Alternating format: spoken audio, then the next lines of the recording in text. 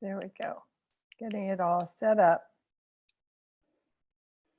Hi, everybody. Hi.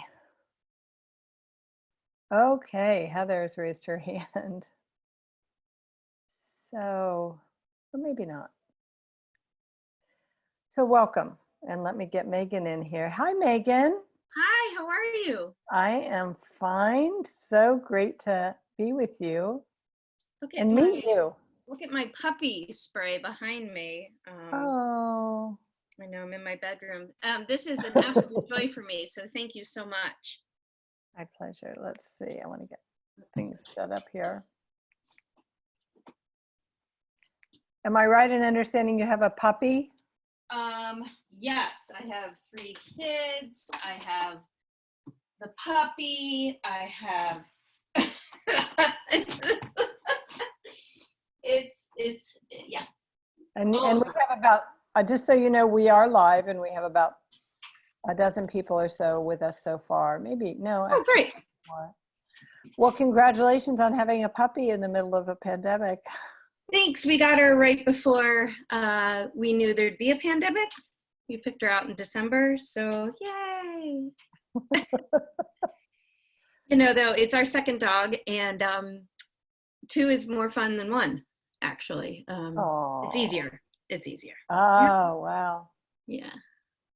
Okay, well, welcome everyone. I'd love to see who's here and get a sense of how you're doing. And as you file into the room, maybe put something in the chat about where you're writing in from, what's up for you, and definitely what kind of help you need. So let me introduce my guest. Actually, would you introduce yourself? Because you'll say more comprehensive and important things than I might miss something. But anyway, please meet Meghan Leahy, who my wonderful assistant, Amy, sings your praises, loves your column at the Washington Post. And I'd love people to know a little bit more about you.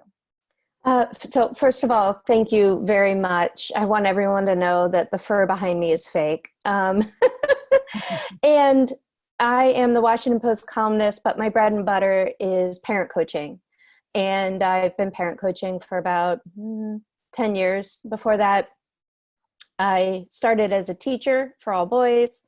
Then I went to Hopkins and got a degree in counseling, thinking I'd be a school counselor. Realized that that's not as much fun as I thought it would be. And then I was having my own children and realizing it was a bit of a disaster in terms of how hard it was.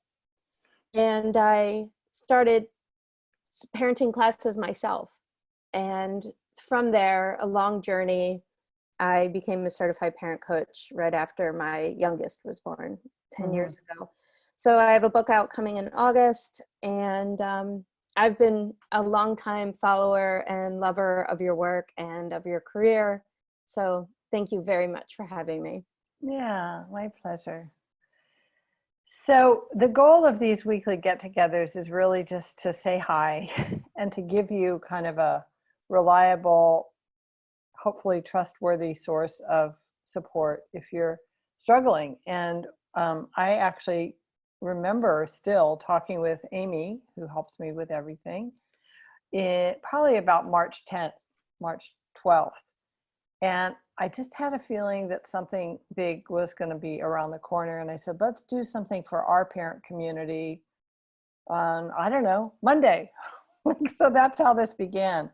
And it evolved into something where we sometimes have hundreds of people. Today it's a smaller group. And we want to know from those of you attending if this is helpful. We will be skipping next week because of Memorial Day, at least in this country, as a holiday. But certainly want to offer it if it's useful to you. So feedback is really, really helpful. And the way it works, Megan, is that we have no plan and we just say to people, what could you use help with? And sometimes people will say specifically, I have these 2 kids and this is happening, or my son is expressing these frustrations or worries, or somebody will say, just help, please. I am just overwhelmed. So let's start by reading what's going on in the chat. And if you do have a question for us today, you can put it in the chat or in the Q&A and we'll keep an eye on both. Okay. Kimberly's in DC. Ha! Down the street from you. I have a third grader, and that's where my son went to college. I just told Megan the other day. So it still feels like I have some kind of, well, today in Everything's particular. bringing you back to DC. Yeah. And that day I got completely lost after dropping him off. I think I wrote a great essay. I don't know if it was a great essay. I wrote an essay about the day I dropped my son off at college and totally lost my car for several hours, and ended up, anyway, it was a very deep analogy to what had just happened. But anyway, I have a third grader refusing to do any distance learning. So I'd like to start with that, and then what we'll do is volley back and forth, or if there's something that I leave out, Megan, because what happens typically, just to let you know, and I don't think it'll come as any surprise because you do this work a lot, is that people sort of are often quiet at the beginning, and then 10 minutes, 5 minutes before we're done, there's a flood of questions and we don't have time to answer. Yeah. Oh, and I forgot to introduce myself. Sorry about that. I'm betting they know who you are. Well, not everyone. There may be new people. So I'm Susan Stiffelman. I'm a marriage and family licensed psychotherapist, also a credentialed teacher, and I've written a couple of books, Parenting Without Power Struggles and Parenting with Presence. I have a 29-year-old son who I've tested everything on and continue to grow and learn with. Just saw him the other day with his girlfriend. We got to see their new apartment. They're moving in the middle of all this. So first I saw my 98-year-old mother, and then I saw my 29-year-old son and his girlfriend and little dog. So lots of things going on. But anyway, I love working with parents. The main thing that I do now, I do see a few people by phone or Skype, but mostly I don't really have much of a private practice any longer. I did that for about 30 years. And now I have a monthly membership program. So I work with parents month after month in an ongoing way to kind of break with old patterns and embrace new ones. Although right now I am in the middle of a class, and we decided we would let people enroll up until maybe tomorrow for our Sibling Solution 3-part class. And it is so good, you guys. It's such a good class with Dr. Laura Markham. So that's what I'm up to. Lots of other things. But this person who writes in about the third grader refusing to do distance learning, I actually did a talk for a school the other night, and it was for the school. And someone said, my kindergartner is refusing to do online work. And I thought, oh boy, I'm going to get in trouble, because the school administrator was right there. And I thought, I'm sorry if you don't like my answer, but yay for your kindergartner who has a lot of common sense. Yeah. So the third grader who's refusing to do distance learning, it doesn't surprise me. It's not appropriate developmentally and biologically for children to be looking at a screen and doing this kind of remote work. So my short answer, because I do see lots of questions have come in, my short answer is just going to be work with the school to find out what the bare minimum of those activities are and to what degree they can be done in tangible, concrete ways, even good old-fashioned printed out on paper. Because there was a great article, I think, on the BBC about why Zoom is so exhausting. And even though this is on Zoom, and I hope it's not tiring you guys out, for all of us, even when we're getting value. Yeah. So for our kids, they're more sensitive. Yeah. All right. I think too, really quick with the school thing, most schools are going to pass, fail, or ungraded. Yeah. The pressure is on the teachers to keep up normal standards, but like Susan said, it would behoove you to find out what's actually needed rather than listening to fear or pressure from within yourself or outside. And please keep reminding yourself that everyone is falling behind. Everyone is in the same pile of people where time stopped somewhere in March. Yeah. And some kids have managed to go a little further and some kids stopped earlier. But I wouldn't push it unless you want your kid to hate you and education. Yeah. And to me, supplement, and hopefully this is helpful for those of you with a similar type of question, supplement with reading. Just read. Always. Write stories, tell stories, act out stories, give him or her a video camera to record a play. There's so much that can enrich your kids right now to facilitate their passion or reignite it, because a lot of children who are very, very bright but aren't traditional learners are celebrating the fact that they don't have to sit at a desk all day. But that doesn't mean you can't capitalize. And I'm not saying from 8 to 8:20 do aerobics with them, and from 8:20 to 8:45 make popsicle puppets. Like, you're busy, you're not going to do these things all day long, but let the child lead you to the thing that he or she is interested in. Okay. Just want to tell you this one, Megan. Rachel is here, and her friend Pleasance is a dear friend. So you must have a mutual friend. Yes. Yes. Okay. We would love ideas to help our 15-year-old son not just barely survive through this COVID-19, but dare I say thrive. His high school is now on a system of pass-fail for the last quarter of 9th grade. He's normally a B student. He's failing 3 classes. He rejects our offers to connect via movies, walks, hiking, or any other ideas we suggest. He seems to have a hard shell. We're trying to slowly, gently crack for connection. What gives? How to help him? I want to connect back. No trauma or issues are present. And she wants to remain anonymous, so we won't say that person's name.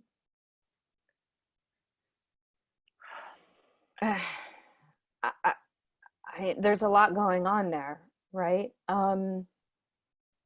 Thriving during the pandemic, that might be a tall ask. I think that we have to break things down into micro goals and take the pass fail kind of out of what's happening a little bit.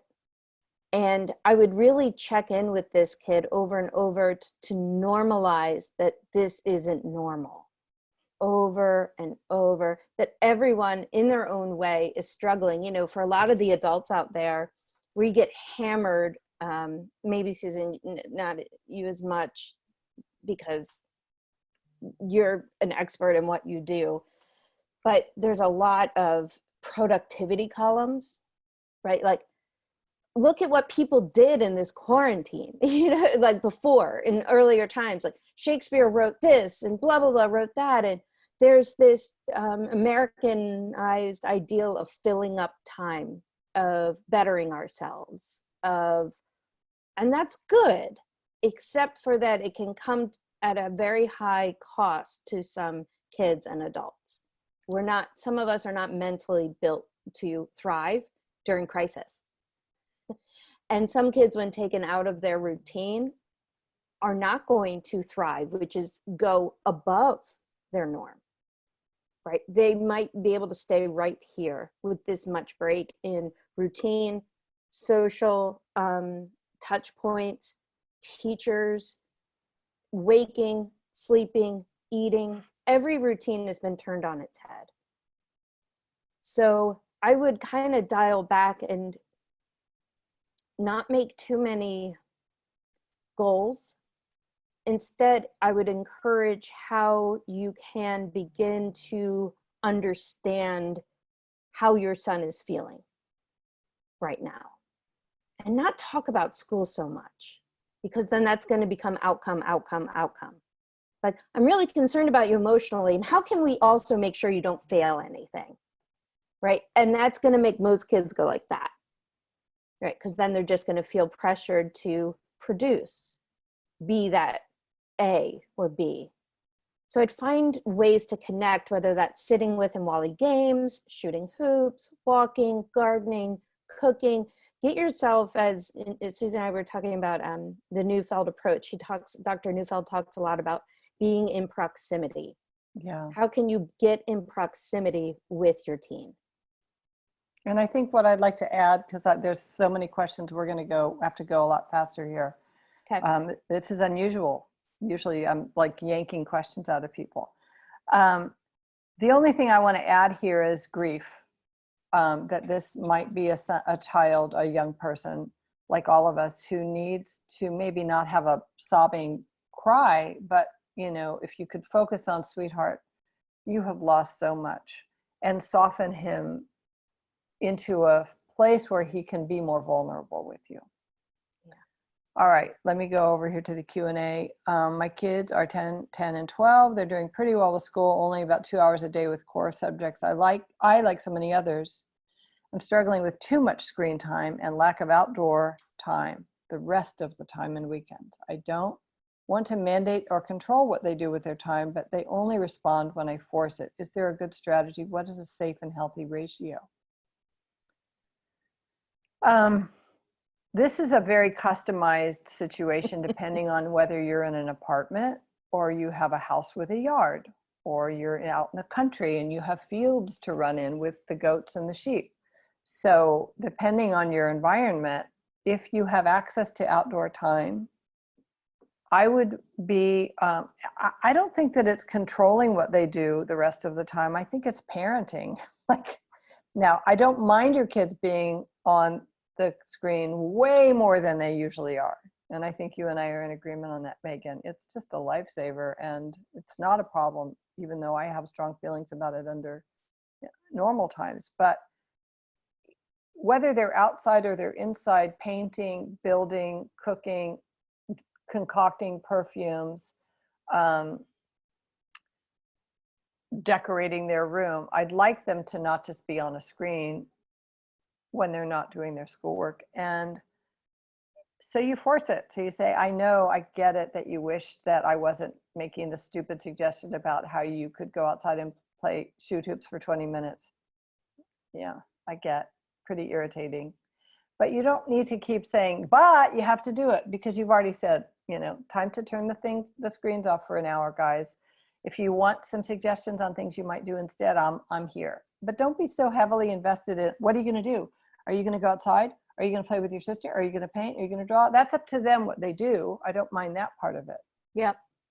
So I'm not against a bribe at this point.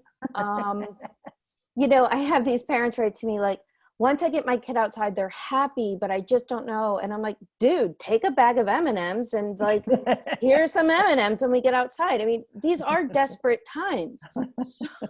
So much of our lives are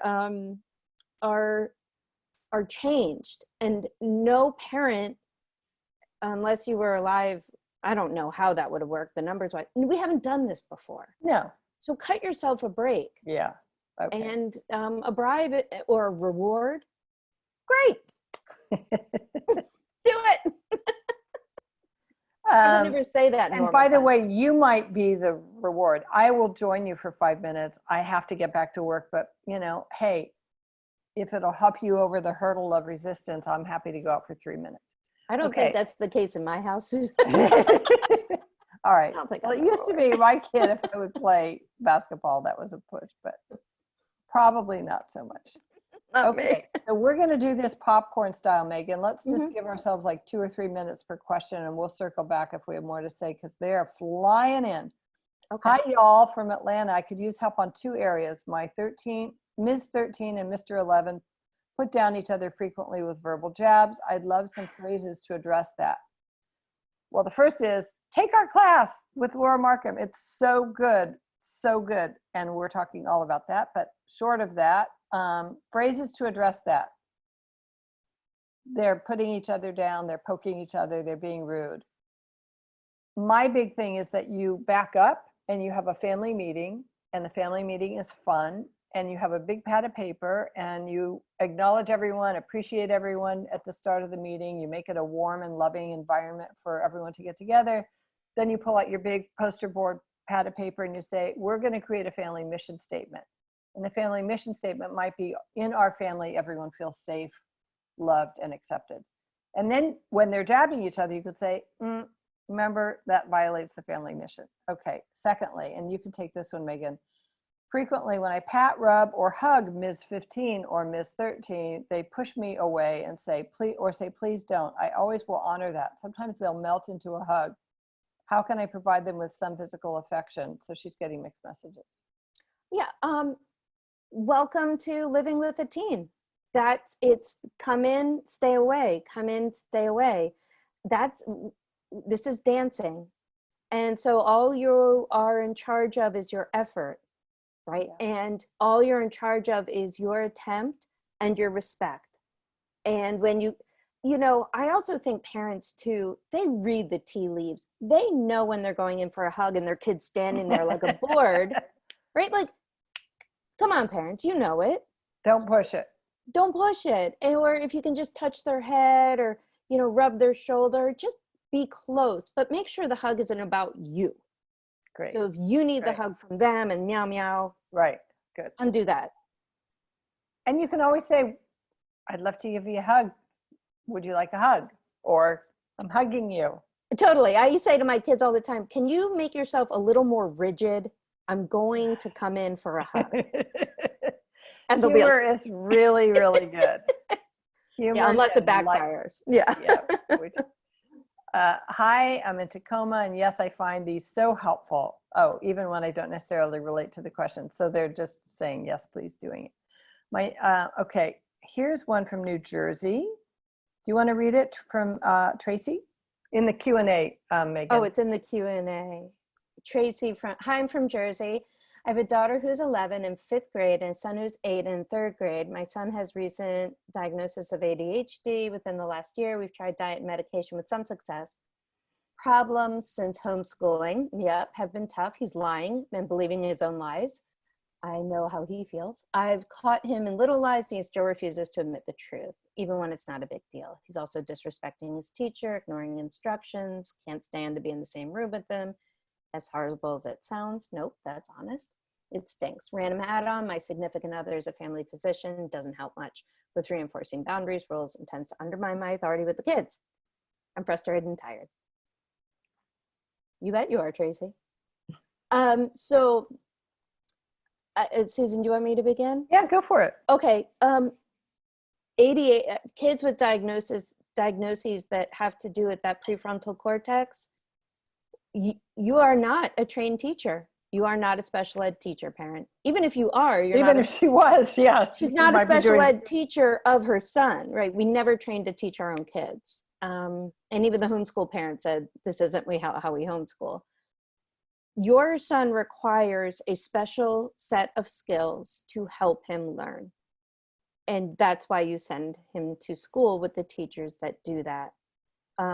I don't know about his IEPs or 504s. Please be in constant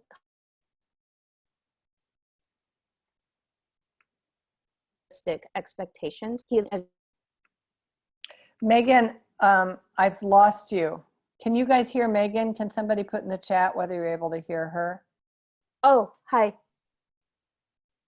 Did anybody lose that or just me? Where did you last hear me? Oh, we lost it too. Okay, she's I'm back. All right, okay. to give a quick answer because there's about 30 more questions. Okay, really quick. He's lying because he's ashamed that he can't do the work quickly and easily, like the sibling may be able to. Mm-hmm. He's believing his own lies because that feels safe, and that's where his brain can go, because otherwise it feels too out of control. Talk to the teachers and lay off. Okay. Lay off. Somewhere in my repertoire, I don't know, Amy, maybe you can find it and post it. I have a whole thing I've done on ADD-ish child, so I don't know if that would be helpful. Somebody also asked about the Laura Markham class. Yes, you can still take it. And Amy, would you mind putting that in the chat? But it's on my homepage, SusanStiffelman.com. All right, I'd like to circle back to the ADD one, but I'm just hoping it'll show up again in another question because I want as many people as possible to feel like we answered their questions. At least we'll try. Do you want me to do another Q&A? No, that's okay. Okay. I want to skip through here to make sure that we're not repeating. I'm struggling right now with how to explain to my girls when I need alone time with one of them. Today I came home from a run and my older ASD daughter was dysregulated. I needed to feed her and get her back on track, and my younger neurotypical 8-year-old was wildly upset. I needed to give her sister dedicated attention. My younger has been struggling more with the isolation and thus needs more companionship, but I do also have to care for her big sister, my husband, and myself. So, you know, lower your expectations, you'll achieve more is a really great quote. And a lot of the answers to these impossible predicaments is grief, sadness, comforting the child's heart because they can't have the thing that they want. And what I would probably do, just for a short answer for the younger 8-year-old, after you attend to the older sister who's very dysregulated, which you're wisely doing, I would go to the 8-year-old, find a few minutes to be alone with her. Take her in your arms if she'll let you, and say, you know what, that was so hard for you. I had been out, I came back, and you really wanted me. Oh, sweetheart, this is one of those parts of sheltering in place that's really hard. And if she can cry, help her find her tears, because there's no thing to say, and there's really not much more you could have done. Meghan, what I think I'd like you to do is just breeze through here and tell me which ones you want to answer. Oh, geez. I love these Mondays. I'm a grandparent. My 2 daughters with children are too busy now to catch your show, but both have read your books and seen a couple of your older shows. They both appreciate you and your work. Okay. Very inspiring. So there you go. We are inspiring, especially Susan. Thank you. Let's see. Some of these are lovingly people saying, yes, please keep it up. Here's one. My son is 6 and struggling a lot with lashing out verbally and physically. It feels like all day long. Schoolwork triggers many explosions, along with transitions of any kind. Stabilize and keep him sane. Where are you? What timestamp was that one? 2:10 from Toronto. Oh, so 11:10. Okay, thank you. So the child's verbally. Now, children who are really lashing out, I sometimes talk about them as having a reservoir that's overfilled with frustration. And so when you have a child who's extremely defiant, really having a lot of outbursts, even physically, what we're looking for, and you can speak to this too, because I know that you've done so much with Dr. Neufeld's work, but we want to get this offloaded. So I would be helping this child find a tender moment with him, very possibly might be at bedtime, when you can hold him and comfort him and quiet him and say, sweetheart, I have a feeling things are pretty rough for you right now. And again, we're looking to actually help children find their tears, express those feelings that are pent up and showing up as the lashing out. I agree with that 100%. In the book I have coming out in August, Parenting Outside the Lines, I talk a lot about zooming out and seeing the pain points. So she acknowledged that it's around schoolwork and transitions. All right, get even more into that. And since we're the only people that are in charge of ourselves, like we're the only people we're going to change. So what is the parenting part of that kabuki theater? You say time for homework, he says no, you say yes, you're off to the races. So what do you need to change, either in routine or in language? So the routine may not be working for the child. He may be burnt out, hungry, hasn't gotten his wiggles out. And, or you may be what I call drive-by parenting. Time for the work, time to go to bed, time to brush your teeth, time to, right? So if he tends toward this kind of physical dysregulation, he obviously can't handle what's happening. So I would zoom in or zoom out and then zoom in. Good. I like that. Okay. How to create some structure. She's got 15 and 13-year-olds to the less structured days of summer with buy-in and sanity for all parties. Oh boy.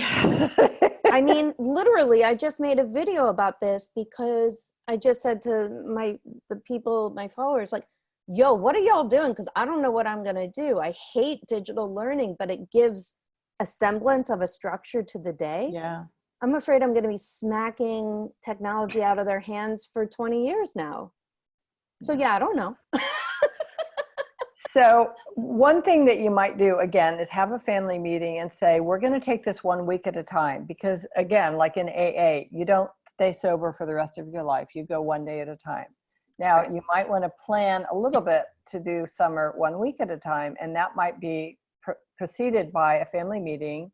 Again, make these family meetings places where everybody wants to go, have really great snacks, maybe follow up with a game night or a movie, and say, okay, we're going to start with June 1st to June 8th, or whatever the first week of summer officially is for you once school is finished. It might be later in June. Each one of you gets to pick one big project that you want to be yours. It could be, learning to cook a full meal. It could be painting the bathroom, maybe. It could be taking a patch of the garden and starting to grow herbs, and that will be your thing. Now, I'm not saying this is going to take all day, but you want to give your kids some direction or something to focus on, that their screen time can be used to supplement. And so yeah, and I often tell parents too, you have to get to the needs of the situation, because I'm watching parents put the needs of the kids above their own. And then what ends up happening is the parent is scuttling to work, and the resentment builds and explodes upon the family. So if you have work hours, if you have meetings, if you have places you need to be, your kids will adapt. This is not breaking, stones in the sun. Okay. They'll make it through, but make sure that your needs are up there, because if you only take care of the kids, it's going to be an untenable situation. Great. Really good. I just want to say now, just to set everyone sort of expectations, we're probably almost at the max for questions. So if you really have a question that we haven't touched on and it's not similar to anything we've answered, please put that in the Q&A or in the chat. Otherwise, enjoy, relax, listen, and hopefully some of the things we touch on will address your particular situation.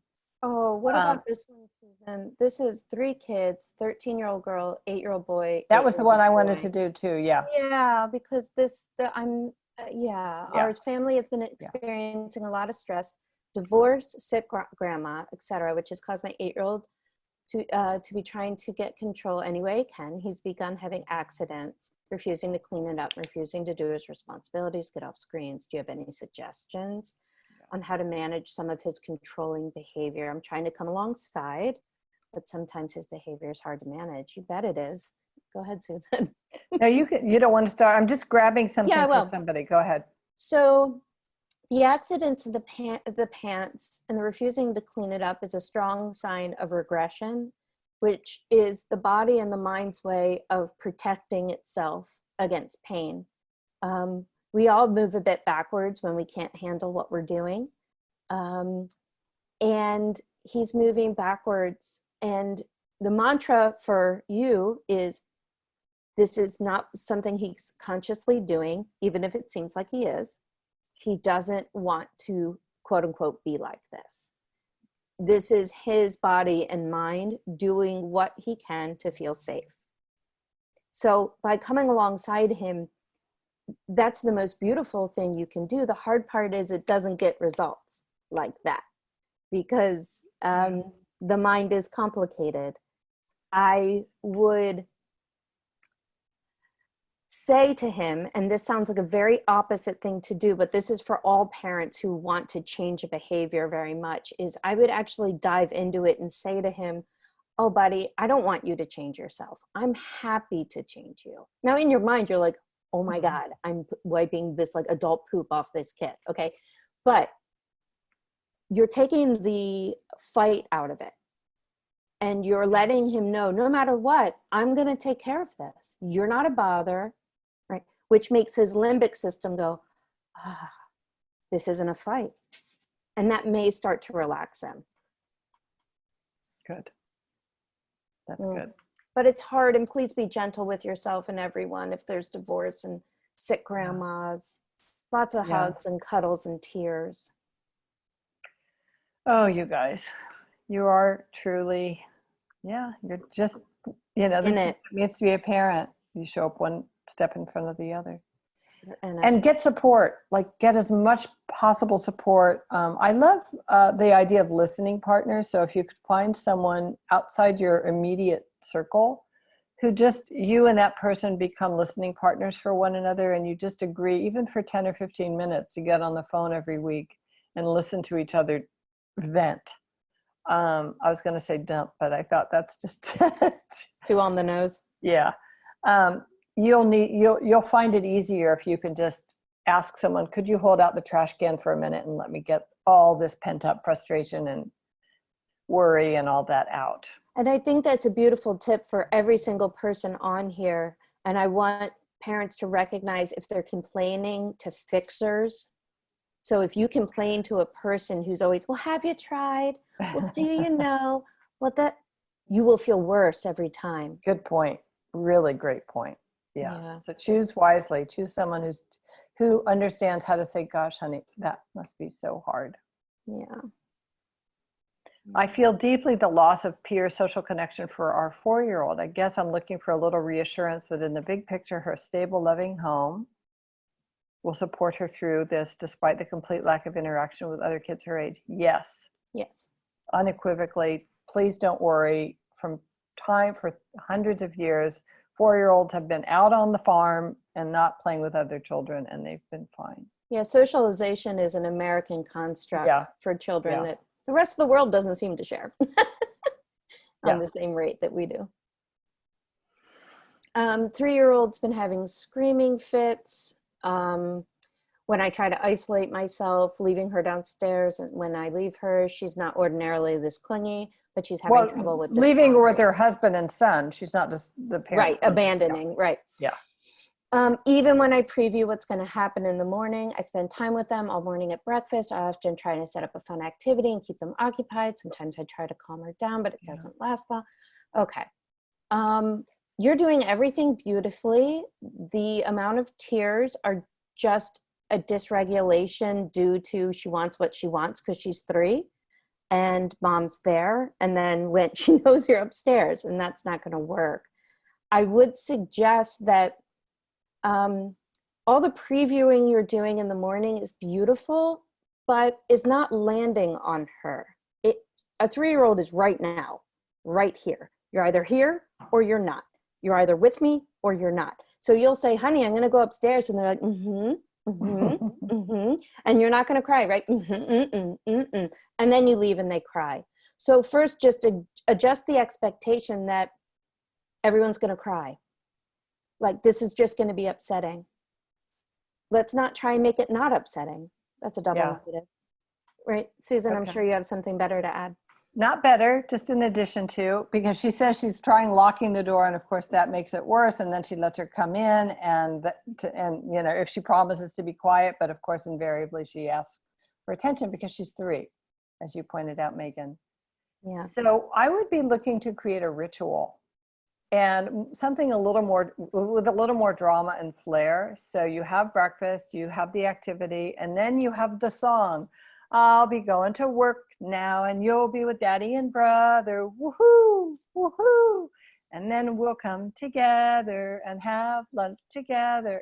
Forgive me, you guys, this is so, like, I'm making. I love it, it's beautiful. But you know, you're gonna have a song, and you might have a timer, if there is a kid-friendly thing, or a paper that you flip over as you go up the stairs. There might be a little piece of construction paper that says, working, not working, and she gets to flip it. So just make it a little bit more of a ritual. And then of course, as talk about what you'll do when you're together again, because this is one of the greatest ways to bridge separation, is to talk about what you're going to do at lunchtime, or what you're going to do at the end of the day. What's the first thing that's going to happen, sweetheart, when I see you, is we're going to do our wiggle dance, right? Should we practice it once before I go up to work? And then you come and help flip the thing. Now, if you're letting her in sometimes and sometimes not, that's going to be crazy making for her. So I would rather she have the absolute full-on meltdown 2 or 3 days in a row with your husband coming to fetch her. And you can, or occasionally a child will want to sit up there and slip drawings under the door. But if you open the door, just be prepared for that to be a challenge. Beautiful. I love that idea. All right. Oh my gosh. There's so many things. Somebody, okay, keep going. My 11-year-old has self-esteem issues and hates to see herself on screen. She's becoming so introverted and doesn't want to interact with others if at all, or even just a little. She turns her screen off and is not answering questions with teachers too. Do you want to take that, or do you want me to? Yeah, is that in the Q&A? Yeah, that's in the Q&A. Actually, wait a second. You know what? I'm going to skip that for now, just because that person already had one other question. Okay. I'm trying to cover it. But I appreciate the question, and I would acknowledge it, come alongside it. What are your top recommendations for parents who work full time? I think we just did a little bit of that. Is it better to get up and go for a walk, or have a home cooked meal, or a perfect Zoom worksheet done? I can't do it all and constantly feel behind. So she's saying, in the limited time I have, should I get up and go for a walk with my kids? Should I have a home cooked meal or make sure that their Zoom worksheet's done? My vote is for the walk or the chasing them around the house. My vote is to even take that pressure off of you. I think we are in a moment to moment, day to day time. I think one day it'll be the meal. I think one day it'll be a walk. Yeah. And I think one day it'll be the worksheet. Yeah. And you may wake up and think you know what it's going to be, and then it ain't, right? And you have two hormonal children, one definitely probably hormonal, one getting ready. 10 and 13. You guys. Yeah. And so you may have a plan. And I would just say that plan's not going to work. And also, what can you kind of smush together? Can you walk to get a takeout? Can you, like, what can you smush together can the worksheet be done while you make food next to them? Right. But again, just free yourself from even those notions, because all that matters for you and your kids is that you come out not losing your mind. Right? This isn't where the abuse should begin. Yeah, of yourself or them. That's a really good thing, segue into something I wanted to do today before we wrap up. And we'll go another 10 minutes or so if that's okay with you. But Sure. Let's just do something for a moment to help you be here. And even for 20 seconds, I invite you to just notice, put your hand on your heart. I don't want to mess with my little mic. Or you could put your hand on your pulse, or you could put your hand on your belly and notice that you're breathing. Just notice that air came in, it goes out. Imagine someone's pouring life-giving air into your nostrils to animate you, to bring you this gift of life.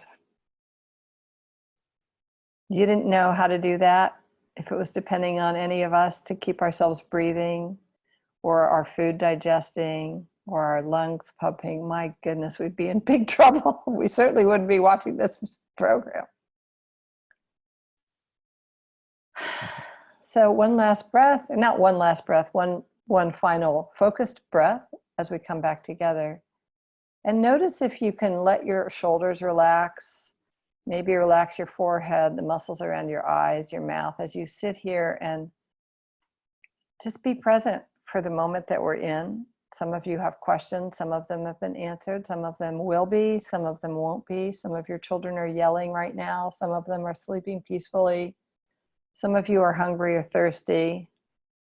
Please take care of yourself if you do, or you need to use the restroom, please do that. And just connect with yourself in a way that's grounding, because ultimately the whole goal of these Monday get-togethers and all the work I do is to help you be steady in yourself, taking care of yourself, being that calm captain of the ship for your children. And the more you can be an anchored sort of presence that's sort of in the middle of the chaos, feels somewhat solid. Yes. Our kids, do you want to add anything to that? Because there are, you can know, move on if you'd like. It's so beautiful. And I recently started working with a somatic coach because I'm so in my head and the work I do is so theoretical. And I know that maybe these two are actually connected, but I need to work on it for myself. And something that happens when me, you, and we help parents drop actually into our bodies is that you can say what's real rather than be hijacked. So when things are hard in the house and everyone feels it and everyone sees it, it's okay to say, gosh, this is hard. Great. This is not how it's supposed to be, is it, guys? Or this feels not normal. Or we're also disappointed about. Yeah. And when you're the parent and you're in charge and you can name it, yeah, that brings relief to everyone you are in charge of. Yeah. And it takes the pressure off you to do the right thing, the homeschooling, the meal, the walk, the exercise. It just gives it room. Yeah. Somebody, well, it was Gordon Neufeld who was talking about how we don't have, we think our children want the answers. And I think I just wrote about this in one of my newsletters. You don't have to have the answer, you can be the answer. Just be the answer. Yeah. Okay. So bedtime for a 4-year-old. I've read and watched so many of the tips around the importance of the short and sweet bedtime routine, calming the environment, and we try hard to take the lead on setting the stage. But even when the PJs and teeth and books and song goes smoothly and ends by 8:30, she ends up playing quietly or maniacally until as late as 9:30 or 10 and then crashes to sleep.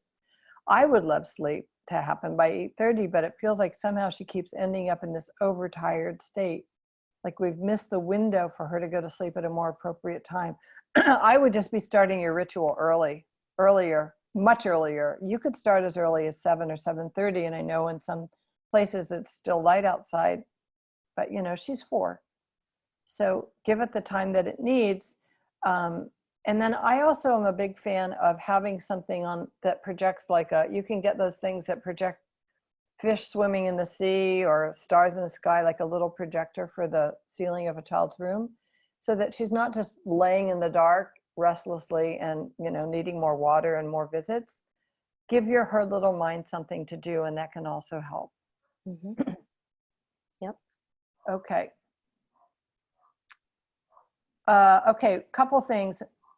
Well, let's do, you want to do the 5 and 8-year-old?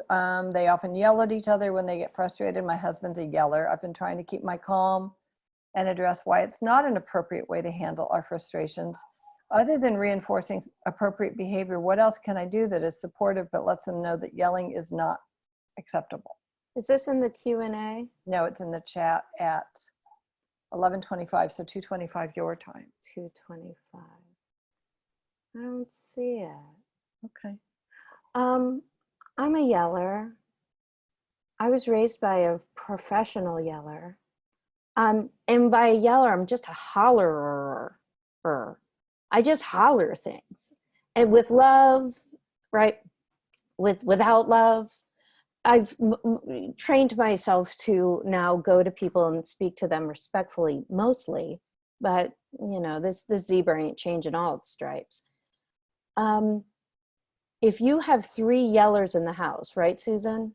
Yeah, the father and the 2 children. Right. This is back to, and it's like my number 1 technique, and Susan has mentioned it many times. You need some family meetings, stat. And you need some, I wouldn't vilify all of them, right? It's not the kids' fault that they're yellers. So let's not land on them because they'll just yell at you. And so will the husband. So just talk about volume. The volume's high. Some people are louder than others. Okay. And it can become upsetting. What are some different ways we can communicate our needs in this house? Nice. You know, and you can have a whiteboard.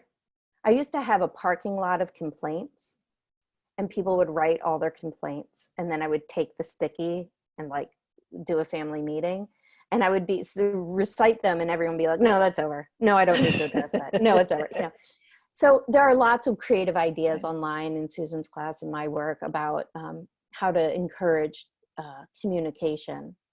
But if it's a real problem, you might need to meet with your husband first. Thank you. This was interesting. Just a tip. Thank you, by the way. You guys can offer your suggestions too. You're welcome to chime in if something has worked for you. That's part of what this is about. And at the very end, by the way, just to prepare you, if you'd like, I'm going to invite you to raise your hand.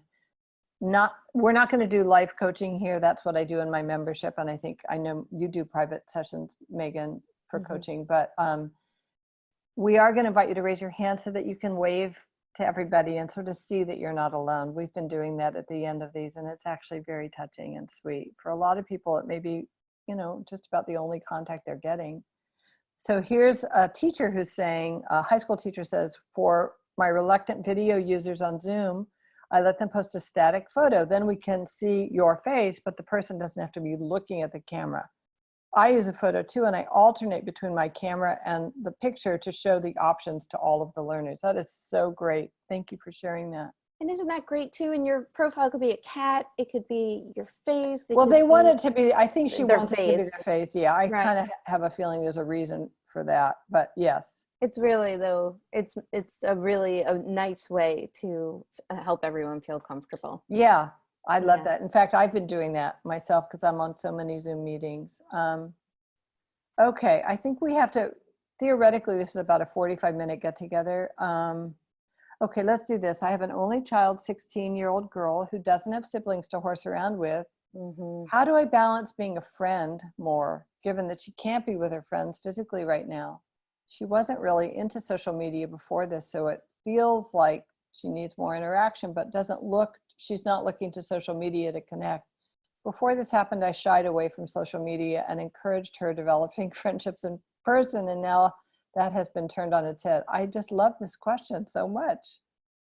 Yeah. She doesn't have to go on social media. She may be more of an introvert. She may be more of a one-on-one kind of friend. And she can pick up the telephone, or, the two of you can do things together. She can pursue something that's creative for her.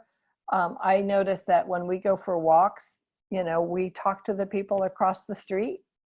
So there are ways that I've seen kids in our town connecting. They have blankets that are like 15 feet apart in a triangle in a safe area. So that may be something that she wants to do, is just meet someone. We met some other friends not long ago.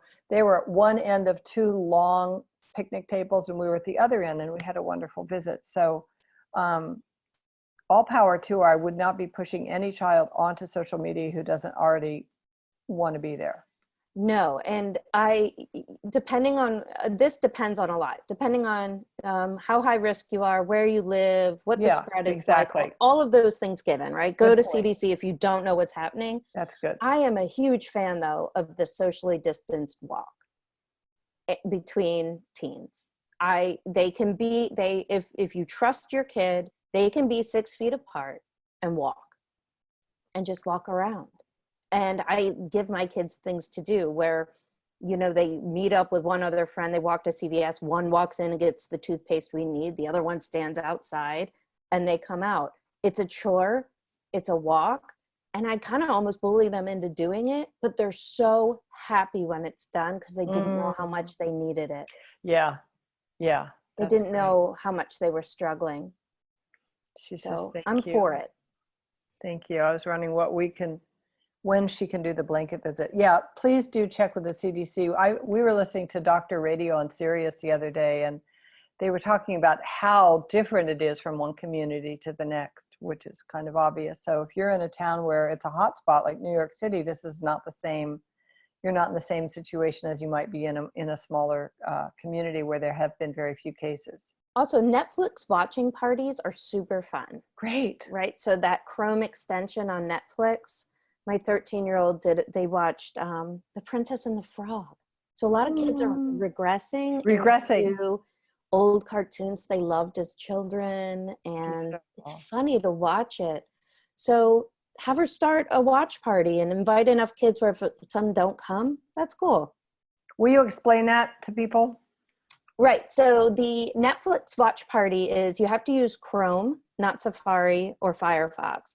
And it's an extension that you can go to. You can type in Netflix. Can they do that on their phone, or does it have to be on a laptop? I believe it has to be on a laptop. I think so too. And so I would even send out like an Evite, right? Get your popcorn ready, get your, right? Nice. You could put out a vote, right? You could. What movie should we watch? Here's a poll. Exactly, like a doodle poll or whatever people use, and make it fun and, take pictures and selfies and all the things that they do. Have parents suggest some of our old school movies. It's a really fun way to be with and not with, which is kind of what teens were doing even before this. Exactly. Yeah. Oh, yeah. Amy put thank you, Amy. She put a link in the chat if you want to check out that Chrome extension. Amy, thank you so much. For those watching it later, just go to, it's a whole long thing, but just go to look for the Netflix party extension for your Chrome. And Facebook also started a fake Facebook Messenger Kids. Okay. That's just for kids, which I don't know, who knows whether they're selling your information. Exactly. Like my son actually produces podcasts, and he did a podcast called Everything They Know. And I actually interviewed him for my Parenting Without Power Struggles podcast. And in preparation for our interview, I listened to the series, and oh my gosh, I learned so much. And it really was like, I don't want anybody to know anything. I'm not signing. Oh, the ship has sailed. I'm just waiting for another Meghan Leahy to walk down the street. They've made a duplicate of me. Your clone. All right. So if you guys want to, if you want us to see you and say hi, put your view on gallery view and raise your hand, and we will invite you to show your beautiful face and see your beautiful smile. So if your hand is up, that's what I'm going to start doing. So you can turn your camera on. And then, of course, again, let's see, let's get everybody.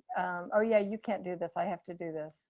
Sorry. I'm taking a picture of us because this is so exciting for me, Susan. Oh. I've long admired your work. So. Oh, thank you. And then, hi. Oh, hi, Ulrika. I knew that was you without even looking at your name. See, she's been here week after week from Austria. Austria. So we have people from all over the world tuning in. And I do want to say a couple things. If you guys good. We have somebody in the car. That's my favorite place. If you can chew gum and listen at the same time, if you're part of a parent community, please will you let them know that we're doing this, because the people I'm most concerned about are the people who aren't going to say, I need help, I'm sinking, I'm drinking a lot more than I used to. So, hey guys, and you can, do I need to unmute you? Erin, hi. Okay. Let me see. You can unmute yourself, I think. Maybe not. If you want to just chime in and say hi. Hello. Hello. Hi. Hi, Washington, D.C. Oh my gosh, I know some of these beautiful people. You do? Yeah. Hi, Jen. Jen. Okay. I think everybody's looking fabulous. You're all looking fine. I mean, the other day I did my, it was one of our sibling classes. Again, you guys, if you need sibling help, check out that class.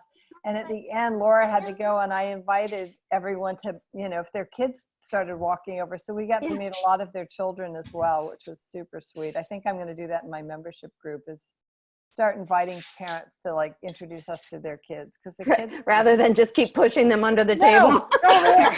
Exactly. Like, not yet.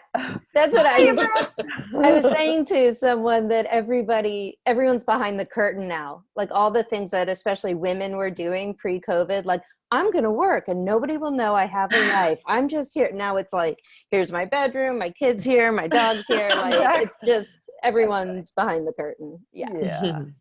It's good though. It's refreshing. It is refreshing, especially for all the celebrities and things that you see. I think it's nice too to just like, I noticed I was curling my hair more at the beginning, and now I'm like, okay, I'm gonna put on a clean shirt and like a loud lipstick and a loud color every time. Although twice a week I make myself wear a button fly because not to weight shame myself, but I just don't want to buy new clothes. And also sometimes when I'm walking, I'm like, oh, I'm not in my day pajamas. I have to find this thing. I'm going to put it on my Facebook post. Although Amy, maybe that's where I saw it. Amy's been helping, of course, with social media. But there was a thing that talked about jeans that they're now calling jeans the hard pants. Funny. I just want to come out of this without buying new clothes. I don't want to go to Old Navy, where you go when you grow out of your jeans. In there. Like the soft clothes. I basically have 3 sizes of clothing anyway in my basement, so I can just pick. I can hop around. Now that's the smart way. That's the smart way. Well, Meghan, would you please share your website with people so they can find out more about your work? Sure. I am at mlparentcoach.com. If you pre-order my book, I do a monthly Q&A that is free if you pre-order it. And it's also pay what you can for everyone else. As long as there's COVID, it's pay what you can. And I have an online class for parents of kids, I guess, 10 and under. Okay. And yeah, I'm at ML Parent Coach. I'm all over the place. I'm like a bad rash. I just feel like keep turning up. Like here. Well, thank Can you you for say that sending site it here. again? mlparentcoach.com. ML, like Meghan Leahy, ML. Okay. Yeah. And my site, susanstiffelman.com. And I think Wednesday is I have a monthly membership program as well. And we have our call for parents of older kids 10 and older. So we have one call for parents of children younger than 10 and one for parents older than 10. Oh, that's and great to know. You can come to either and both. And then there's lots of other things that we offer our parents. So there's Megan's website is in the chat box. Probably she'll put mine in there as well. And then I'm sort of plugging this class because it's so good. The class with Dr. Laura Markham. That's a powerhouse duo really right good. there. That's And a lot of experience about knowing that stuff. we've never done this before, and we will close it out probably tomorrow. So if you're interested in checking out that class, otherwise we won't be here on Monday the 25th. We will be here on June 2nd. I believe my guest will either be, well, let's see, coming up soon will be either Dr. Christine Carter or Elaine Halligan from London's Parent Practice. Just a wonderful resource. Oh, sorry, June 1st. Thank you, Amy. Jeez, So tell your June. friends they can sign up for the Better Together. It's free. They can check out Megan's work, and all of you who are here, we really do. We just send you our best. Thanks for Yeah. what you do. Be really gentle with yourselves. We will get through it to the new will. normal. Do no harm. Thank you both for such Thank wonderful you. wisdom Thank you. and support. Yeah, thank you. Thank you so Everyone much. take care. Be safe. Take care, everybody. You too. Bye. Thank you, Mhm. Susan. Thank you, Bye. Megan. Bye. Bye. you both. Thank you, Megan.